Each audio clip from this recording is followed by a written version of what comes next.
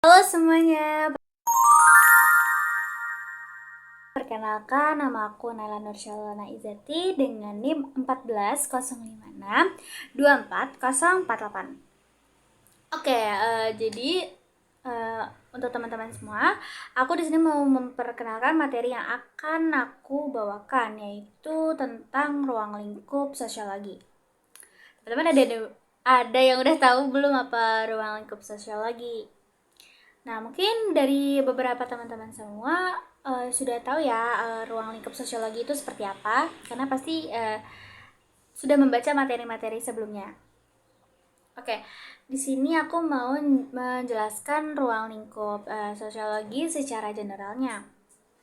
Jadi, ruang lingkup sosiologi merupakan materi awal yang akan kita pelajari sebelum kita mempelajari materi-materi selanjutnya. Ruang lingkup sosiologi yang berisi bahasan tentang apa itu sosiologi, sejarah perkembangan sosiologi, kajian sosiologi, dan hubungan sosiologi dengan ilmu-ilmu sosial lainnya yang akan memberikan gambaran kita kepada apa yang sebenarnya kita pelajari dalam sosiologi itu. Gitu. Lalu, kata sosiologi ini diambil dari bahasa Latin yaitu socius dan juga logos.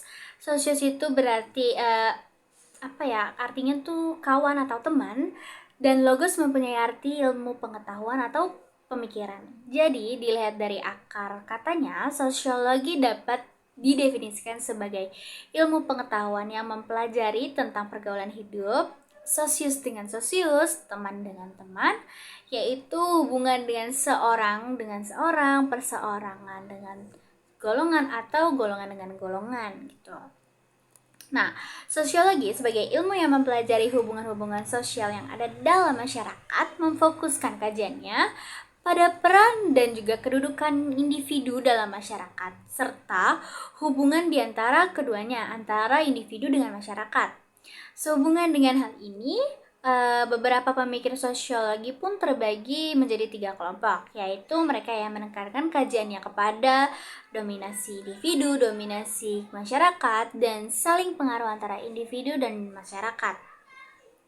Sebagai ilmu yang mempelajari hubungan-hubungan sosial, sosiologi tidak dapat dipisahkan dari peranan ilmu sosial lainnya seperti ilmu ekonomi, kesehatan, politik, komunikasi, antropologi, organisasi, hukum, dan lain-lainnya. Nah, pergaulan hidup manusia dimaknai juga sebagai masyarakat, sehingga sosiologi diartikan juga sebagai ilmu yang mempelajari tentang masyarakat manusia dan tingkah laku manusia di beberapa kelompok yang membentuk masyarakat.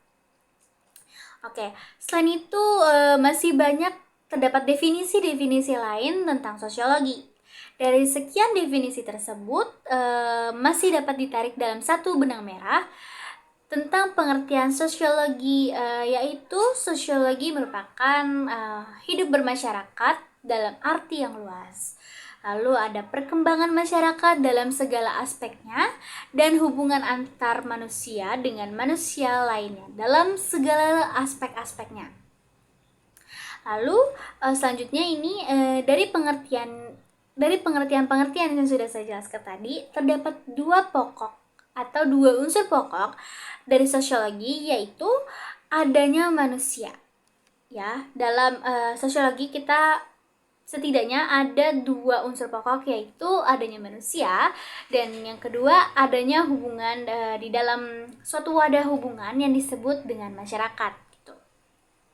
Lalu di sini saya juga akan menjelaskan tentang contoh-contoh fenomena yang menjadi kajian sosiologi nih. Yang pertama, adanya kampanye pemilu sebagai aktivitas dari partai politik. Lalu yang kedua, hubungan bertetangga dalam bentuk kegiatan bergotong royong. Dan yang terakhir adalah perbedaan tingkah laku berdasarkan kelas sosial. Misalnya nih ada perbedaan gaya hidup kelompok wanita kelas atas dengan kelompok wanita kelas bawah dan lain halnya gitu. Nah, dalam melakukan kajiannya, yang harus kita perhatikan yang menjadi tanda kutip atau hal terpenting Yang harus dilakukan kita sebagai sosiolog adalah meyakinkan audiens atau pembaca bahwa informasi yang kita sampaikan, yang kita ungkapkan berdasarkan kajian yang bersifat reliable dan akurat.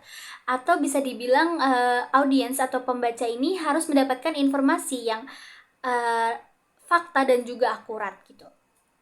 Lalu sosiologi dianggap sebagai ilmu yang tidak mudah karena objeknya yang berupa masyarakat, dalam arti kata berupa hubungan-hubungan sosial atau jaringan-jaringan sosial. Lalu sifatnya ini abstrak dan tidak mudah dilihat maupun dipahami gitu. Karena objek yang kita kaji itu adalah suatu hal yang jangkauannya tuh luas. Kayak masyarakat itu jangkauannya tuh luas gitu. Nah, hal lainnya lagi adalah bahwa sangat sulit untuk bisa menjaga objektivitas kajian sosiologi karena peneliti atau pengamat berada di dalam subjek kajiannya.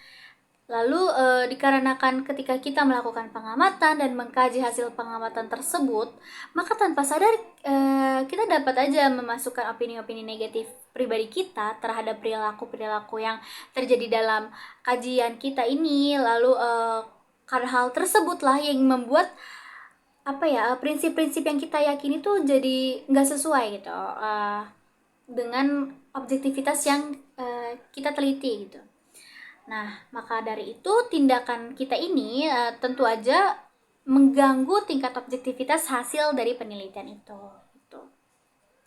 Nah, sebelumnya, individu berdasarkan aspek sosialnya akan selalu berusaha untuk membangun hubungan dengan individu lainnya. Artinya, terdapat sejumlah alasan tertentu mengapa sekumpulan individu membentuk sebuah masyarakat gitu.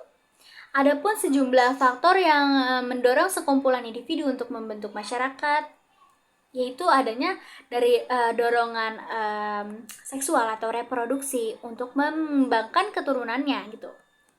Lalu yang kedua ada kesadaran bahwa individu tuh lemah sehingga dia akan selalu mencari kekuatan untuk bersama gitu. Nah, yang ketiga itu perasaan diuntungkan kita ketika bergabung dengan individu lainnya gitu. Lalu yang terakhir ini adalah kesamaan keturunan atau kebudayaan, teritorial, nasib, dan kesamaan-kesamaan lainnya gitu. Nah, inti dari pemikiran sosiologi adalah kepercayaan bahwa pilihan individu tidak pernah sepenuhnya bebas, tetapi selalu dibatasi oleh lingkungannya. Di dalam sosiologi ini, lingkungan itu mengacu pada harapan dan insentif yang ditetapkan oleh orang lain di dalam dunia sosial seseorang gitu. Jadi lingkungan, harapan dan insentif yang kita mau itu berdasarkan pandangan-pandangan orang lain, berdasarkan komentar-komentar orang lain gitu loh. Jadi itu yang yang mengacu kita gitu kepada di dalam sosiologi itu yang mengacu gitu. Lalu selanjutnya aku akan menjelaskan tokoh-tokoh dari sosiologi ini, entah itu dari sosiologi klasik maupun modern. Nah, yang sekarang aku mau jelasin itu dari tokoh-tokoh sosiologi klasik yang terkenal sebagai the founding fathers gitu. Nah, yang aku jelasin 3 aja, yaitu ada Auguste Comte, Herbert Spencer, dan juga Karl Marx. Nah, aku mau ngejelasin pertama dari Auguste Comte. Maaf ya kalau salah penyebutannya. Nah, Auguste Comte ini adalah ahli filsafat dari Prancis yang itu memperkenalkan nama sosiologi bagi ilmu sekitar pada abad ke-18. Nah, pemikiran Comte yang dianggap sangat penting adalah pemikiran tentang hukum 3 jenjang, yaitu ada jenjang teologi, metafisika, dan juga positif. Selain itu juga, ia sangat terkenal dengan ide-idenya yang mengenai pembagian kajian masyarakat ke dalam social static dan social dynamic. Lalu yang kedua ini adalah Herbert Spencer. Ia adalah seorang sosiolog dari Inggris. Spencer mempunyai pendapat yang serupa dengan Auguste Comte tentang social static dan juga social dynamic. Dia menganalogikan bahwa masyarakat dengan organisme biologi gitu. Nah, di samping itu dia juga melihat masyarakat sebagai suatu sistem, yaitu keseluruhan yang dibentuk oleh bagian-bagian yang saling berhubungan satu sama lainnya. Nah, Spencer mendeskripsikan masyarakat juga dalam kerangka strukturnya dan kontribusi fungsional struktur ke dalam rangka surveinya, survei masyarakat gitu. Pandangan Spencer ini sekarang tuh kalau kita kenal tuh sebagai teori struktural fungsional.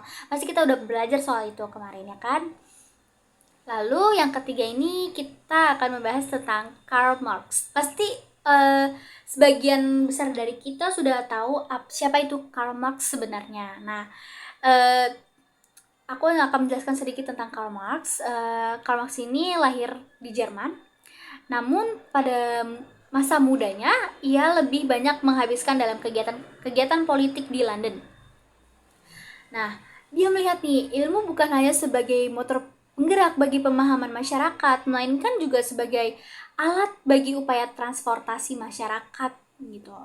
Nah, Marx sangat berkepentingan untuk merubah struktur institusi yang bersifat kapitalis dan menggantinya dengan institusi baru dalam rangka kemanusiaan gitu. Makanya kita tahu ya banyak teori-teori Karl Marx yang dia ingin menjauhkan dari kapitalis gitu. Lalu perspektif Marx ini kita biasanya disebut dialektika materialisme. Nah, dialektika materialisme ini adalah ide yang menyatakan bahwa perkembangan masyarakat tergantung pada pertentangan kelas dan pembentukan struktur baru yang lebih tinggi dan yang keluar dari kelas tersebut gitu. Nah, selain tokoh-tokoh klasik yang sudah saya jelaskan tadi, itu ada Auguste Comte, Herbert Spencer, dan juga Karl Marx.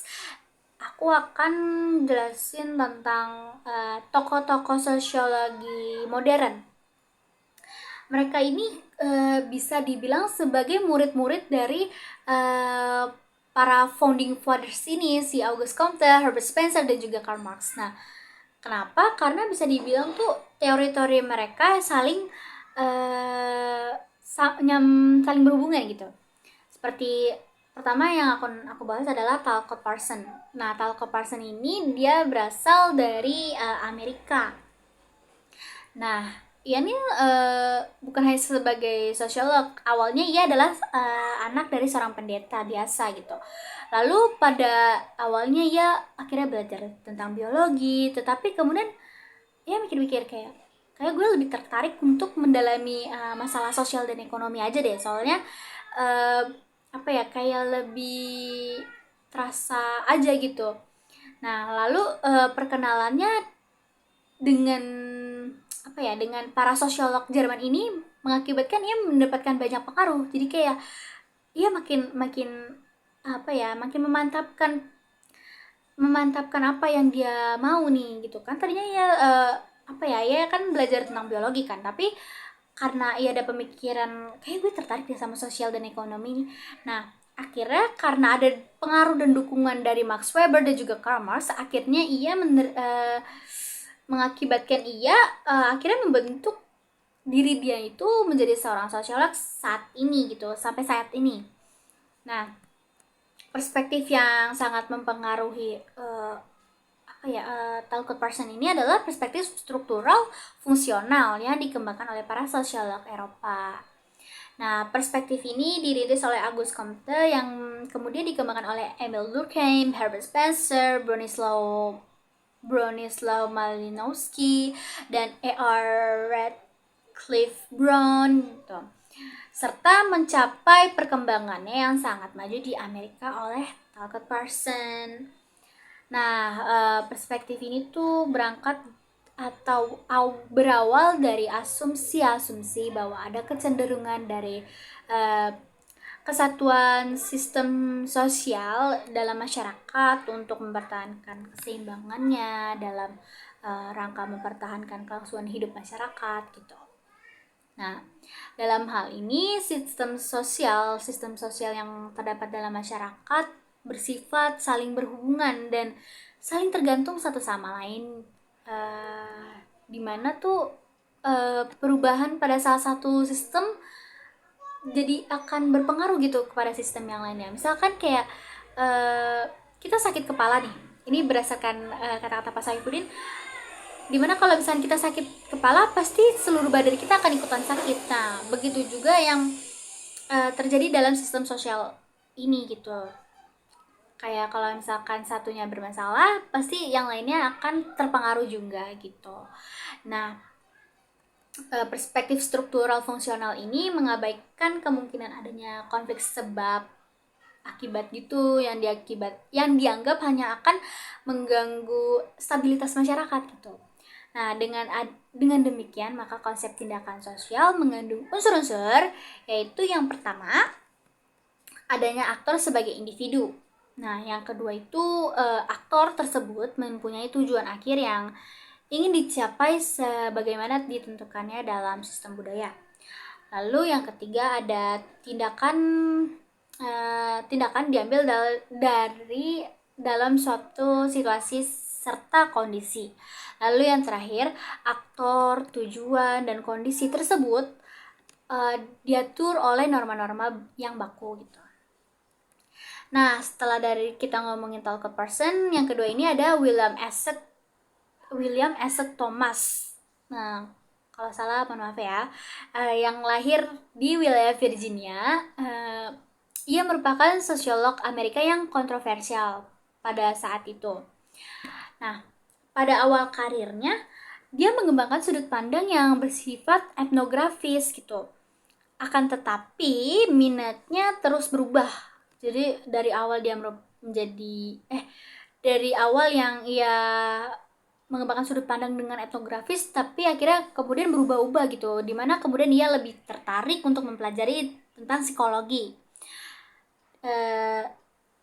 Enggak hanya psikologi aja, tapi psikologi sosial, dan akhirnya menaruh minatnya pada kajian sosiologi dari etnografis, psikologi sosial, dan berakhirlah di kajian sosiologi gitu. Saling berhubungan sih sebenarnya. Nah, William Isaac Thomas ini udah mempunyai beberapa buku yang salah satu judulnya itu Sex and Society. Nah, ada tuh beberapa buku-buku lainnya, cuman saya agak sedikit lupa dengan nama buku-bukunya itu. Lalu dari buku-bukunya ini merupakan representasi dari semua sudut pandangnya gitu. Nah, menurut William Isaac Thomas ini terdapat 3 tipe respons orang terhadap kebutuhan budayanya, yaitu yang pertama itu ada Filistin, yaitu orang yang bersifat stabil gitu. Lalu yang stabilnya tuh dia nggak terbuka juga nggak tertutup gitu. Lalu yang kedua itu ada Bohemian.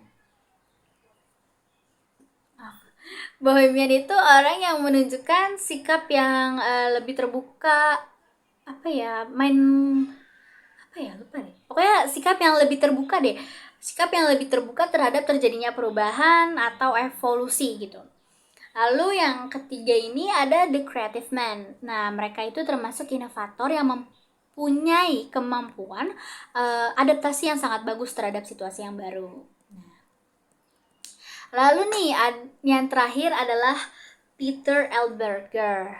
Ya, ia termasuk tokoh fenomenologis. Nah, ia tuh sosiolog yang berasal dari Austria.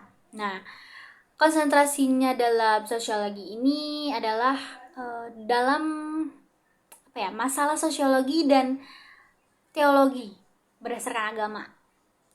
Seperti itu. Dia menaruh minatnya yang sangat besar sehubungan dengan realitas sosial. Menurut Peter L. Berger ini, realitas sosial dibangun atas sejumlah fakta-fakta, baik yang bersifat subjektif maupun objektif. Nah, unsur objektif bersifat sangat personal, sementara unsur objektif itu mengacu pada yang struktur-struktur sosial lah gitu.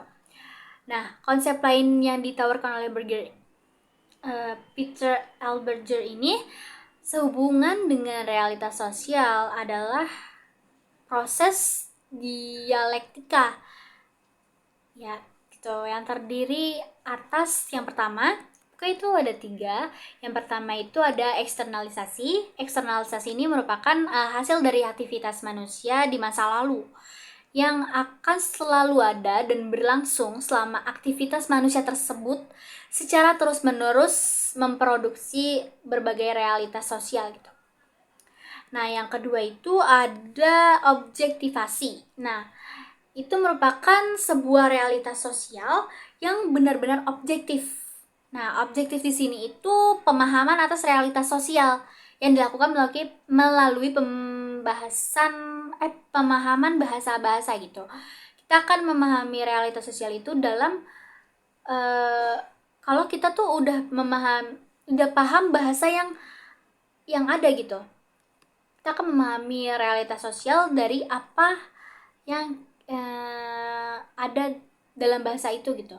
Nah, yang ketiga itu adalah internalisasi. Internalisasi itu keseimbangan seperti apa adanya gitu. Keseimbangan apa adanya, tidak ada masalah dengan identitas karena setiap orang mengerti benar siapa sesungguhnya dia. Gitu. Nah,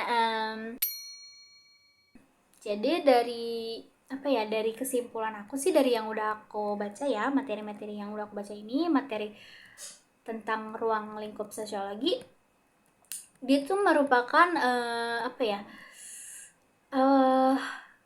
suatu ilmu pengetahuan yang emang dia tuh lebih mempelajari tentang pergaulan dan tingkah lakunya manusia gitu loh, gitu. Kayak pokoknya aku tuh lebih suka aku lebih kayak jadi salah satu alasan aku untuk masuk ke program studi pendidikan sosiologi itu karena aku mau tahu lebih dalam tentang perasaan-perasaan masyarakat, kajian-kajian dari sosiologi itu sendiri, begitu. Oke, sekian dari aku. Kalau ada salah kata maupun salah perbuatan, tolong dimaafkan ya semua. Sekian dari aku. Wassalamualaikum warahmatullahi wabarakatuh.